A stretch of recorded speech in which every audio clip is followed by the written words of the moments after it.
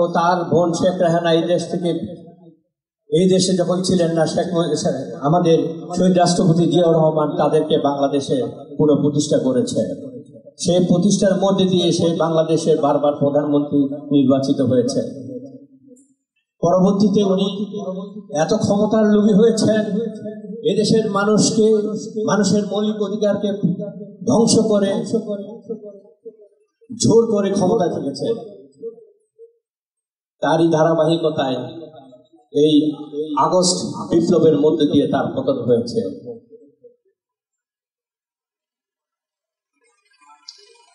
আমি বেশি বক্তব্য দেব না, শুধু দুই একটি কথা বলবো। সেটা হলো, আজকে এই প্রোগ্রাম থেকে আমি একটি কথা বলবো, আপনাদেরকে মনে রাখতে হবে, বিএনপি হলো একটি জনগণের দল। বিএনপি থাকলে এই দেশের স্বাধীনতা থাকবে, বিএনপি থাকলে এই দেশের সার্বভৌমত্ব থাকবে। বিএনপি দুর্বল হলে এ দেশ দুর্বল হবে, এ কথা আপনাদেরকে মনে রাখতে হবে। তাই আমি এই সাবেক ছাত্র নেতা এবং বর্তমান ছাত্র দলের নেতৃবৃন্দকে অনুরোধ করব, আপনারা এই দেশের ভবিষ্যৎ, আপনাদেরকে সামনের দিকে এগিয়ে নিতে হবে এই দেশকে।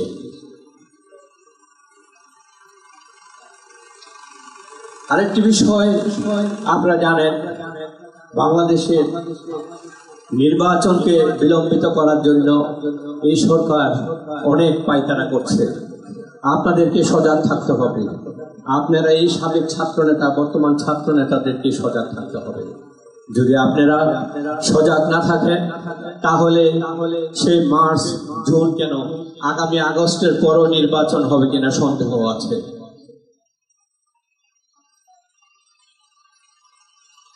কারণ আপনারা দেখুন,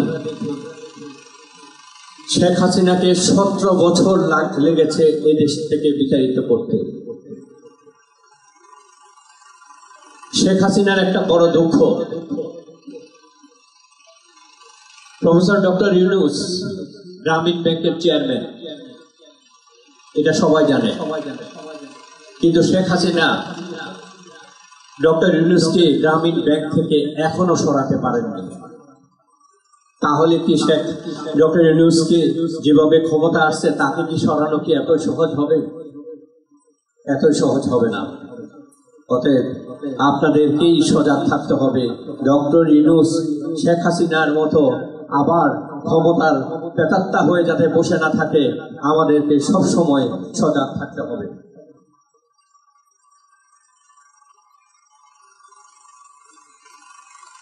আমি আপনাদেরকে আর কষ্ট না দিয়ে আজকের মতো এখানে বিদায় নিচ্ছি। খুদা হাফেজ। বাংলাদেশ জিন্দাবাদ, বাংলাদেশ জাতীয়তাবাদী দল জিন্দাবাদ। আসসালামু আলাইকুম। আরেকটি কথা, আমি একটি পত্রিকা দেখেছি এখানে বসে, আজকে আপনাদেরকে স্পষ্টভাবে বলে দিতে চাই।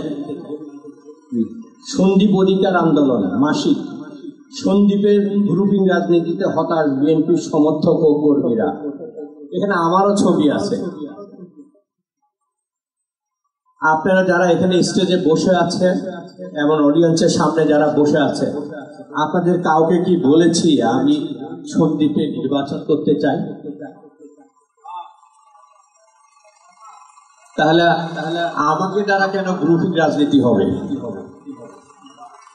আমি কি সন্দ্বীপের কোনো মানুষকে, নেতা কর্মীদেরকে বলেছি বেলায়েত সাহেবের সাথে যাওয়া যাবে না,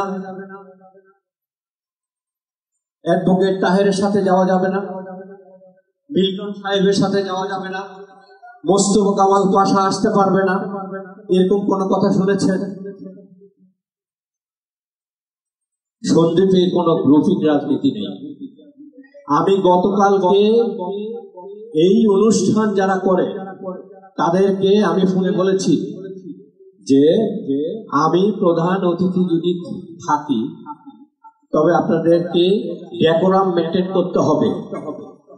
যারা সন্দ্বীপে এবং দায়িত্বশীল নেতৃবৃন্দ আছে তাদেরকে সঠিক মর্যাদা দিয়ে এখানে আনলে আমি এই প্রোগ্রামে আসব। আমি সন্দ্বীপে গ্রুপিং রাজনীতি করতে আসিনি। সন্দ্বীপে নির্বাচন করার জন্য এত বিমুখ হয়ে আপনাদের মাঝে আসে, কিন্তু সন্দ্বীপের মানুষের সাথে কাজ করার জন্য আসবো।